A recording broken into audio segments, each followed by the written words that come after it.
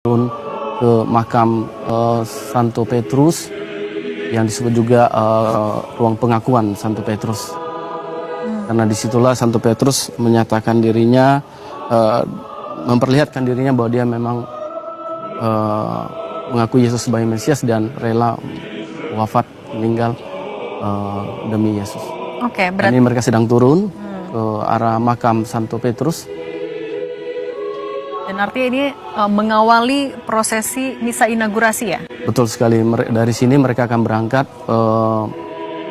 artinya akan ada pendupaan juga atas palium dan cincin nelayan. Kemudian paus akan berhenti untuk berdoa dan mereka akan bersama-sama naik kembali ke atas untuk melakukan prosesi menuju altar perayaan misa inaugurasi. Selain kardinal, diakon, siapa lagi yang bisa ada di dalam? Di sini tentunya para petugas lain dan kepala dari pemimpin liturgi yang akan membantu para kardinal, Bapak Paus dan tugas lainnya untuk menunjukkan apa yang harus mereka lakukan tahap-tahap berikutnya. Oke. Dan biasanya berapa lama doa di makam Santo Petrus ini atau di bawah altar utama Basilika juga ini akan berlangsung? Ini tidak akan berlangsung lama. Sebentar saja dan kemudian mereka langsung naik ke atas bersamaan. Oke.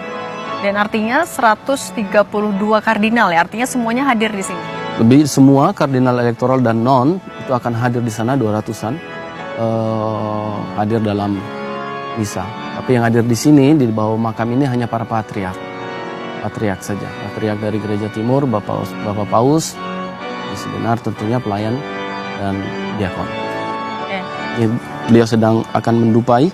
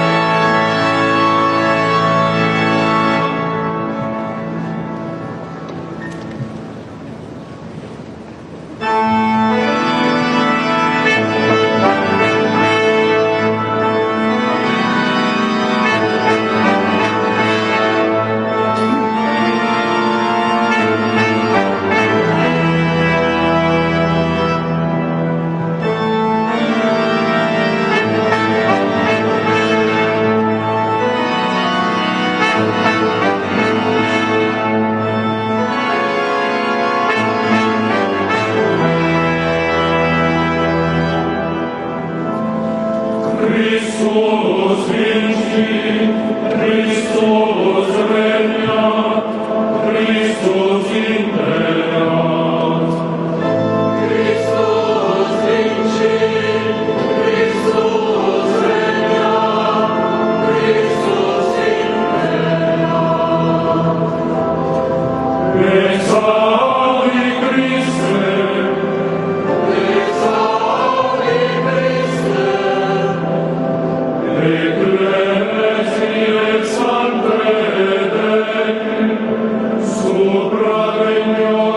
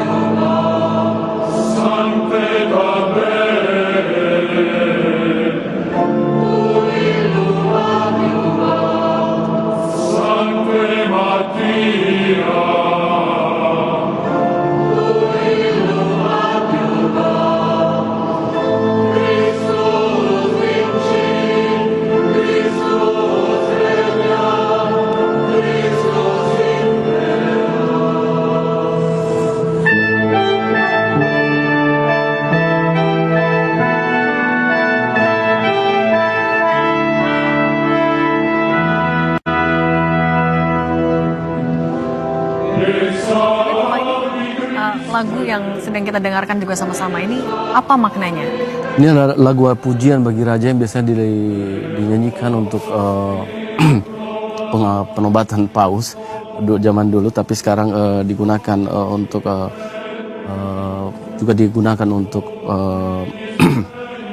misa inaugurasi paus ini, dan menggambarkan bagaimana ini adalah doa-doa yang disampaikan bagi gereja, juga bagi Paus Leo, Paus Roma, dan juga sebagai uskup dan penerus Santo Petrus.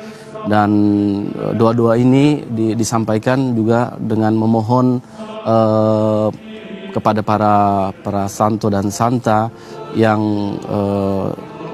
meminta mereka untuk menopang gereja, menopang dunia, menopang Paus Leo dalam tugas-tugasnya. Ini adalah inti dari lagu perarakan yang kita dengarkan sekarang ini.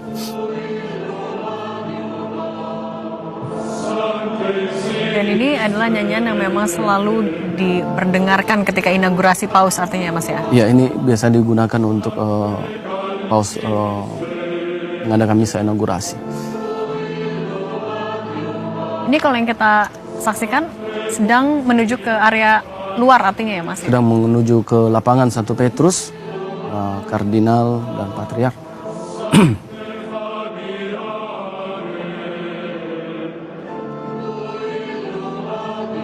Dan nantinya artinya di lapangan Santo Petrus yang akan disaksikan adalah tahapannya apa lagi prosesinya? Setelah ini akan ada pembukaan, tentunya pembukaan misa dengan tanda salib, lalu kemudian akan ada ritus pemberkatan dan pemercikan air suci yang akan tentunya untuk mengingat pada umat Katolik akan baptisan yang telah ia terima. Setelah itu akan ada doa kolekta yang akan disampaikan oleh Bapak Paus, dan kemudian setelah itu akan kita memasuki liturgi sabda, di mana kita akan mendengarkan 3 bacaan.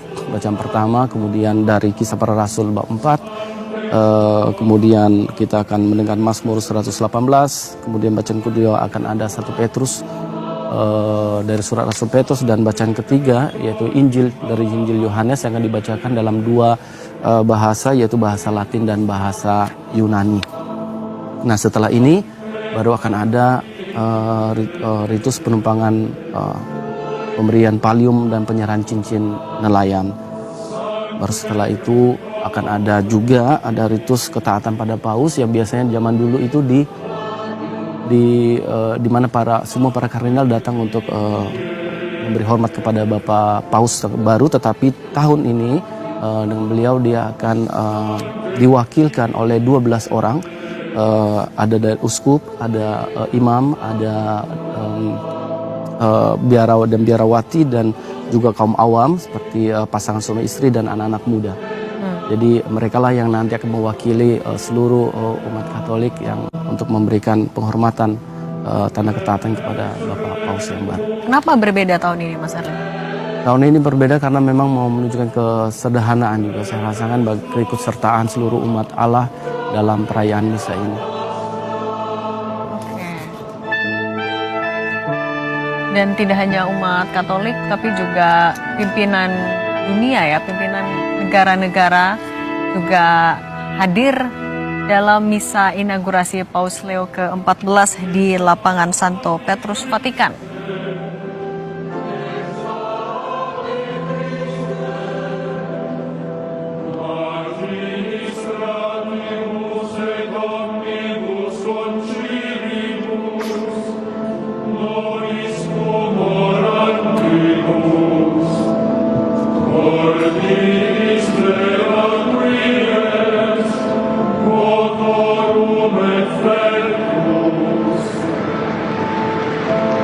Our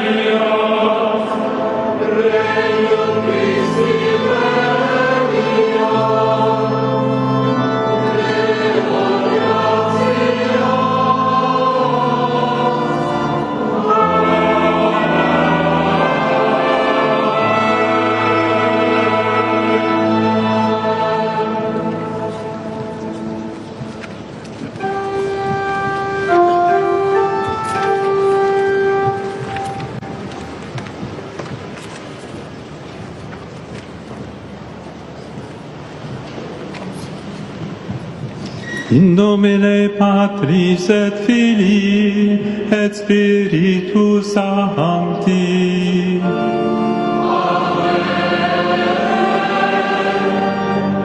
Pax vobis.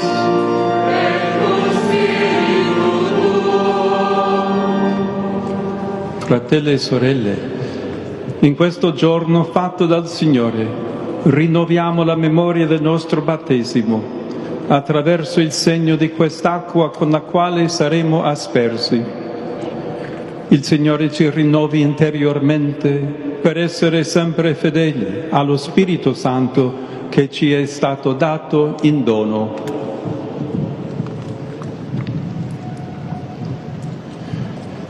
Domini Deus omnipotens precibus populi Tui adesso propitius, et nobis mirabile nostre creationis opus, sed et redemptionis nostre mirabilius memorantibus, aquam benedicere Tu dignare. Ipsam enim Tu fecisti, ut et arva fecunditate donaret, et levamen corporibus nostris munditiamque preveret.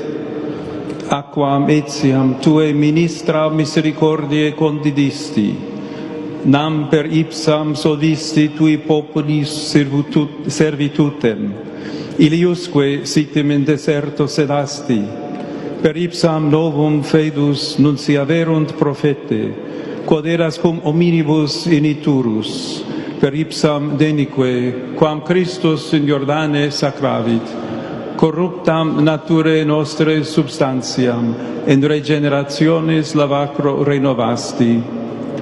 Sit igitur ec aqua nobis, suscepti baptismatis memoria, et cum fratribus nostris, qui sunt in Paschate baptizati, gaudia nos tribuas sociale, per Christum Dominum nostrum. Amen.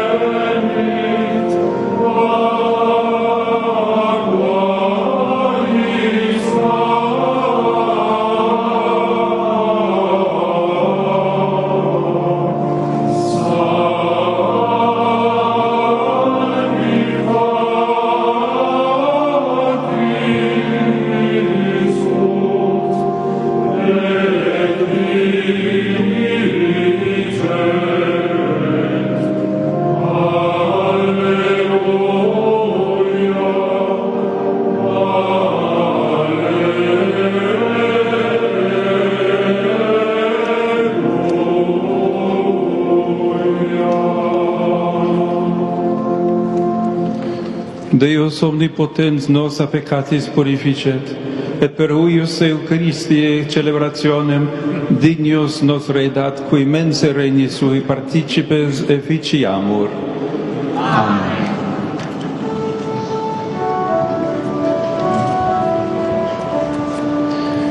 Gloria in excelsis Deo.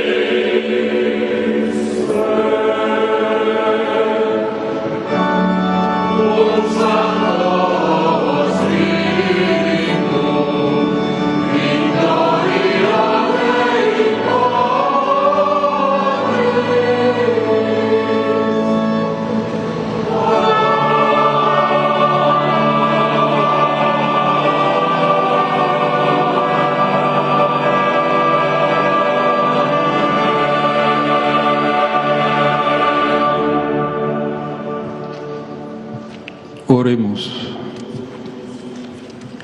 Deus, qui providentiae Tue concilio super beatum Petrum, ceteris apostolis prepositum, ecclesiam Tuam edificari voluisti, respice propitius ad me famulum Tuum, et concede utquem Petri constituisti successorem, populo Tuo visibile faciam unitatis fidei, et communionis principium et fundamentum. Per Dominum nostrum, Iesum Christum Filium Tuum, qui tecum vivit et regnat in unitate Spiritus Sancti Deus, per omnia saecula saeculorum. Amen.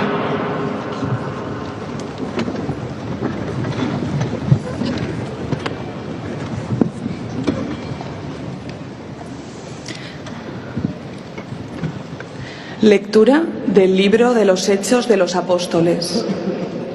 En aquellos días, lleno de Espíritu Santo, Pedro dijo: jefes del pueblo y ancianos, porque le hemos hecho un favor enfermo, nos interrogáis hoy para averiguar qué poder ha curado a ese hombre. Quede bien claro a todos vosotros y a todo Israel que ha sido el nombre de Jesucristo el Nazareno, a quien vosotros crucificasteis y a quien Dios resucitó de entre los muertos. Por este nombre se presenta este sano ante vosotros.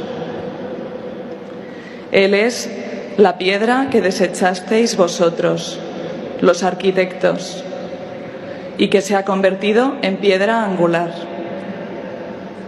No hay salvación en ningún otro, pues bajo el cielo no se ha dado a los hombres otro nombre por el que debamos salvarnos.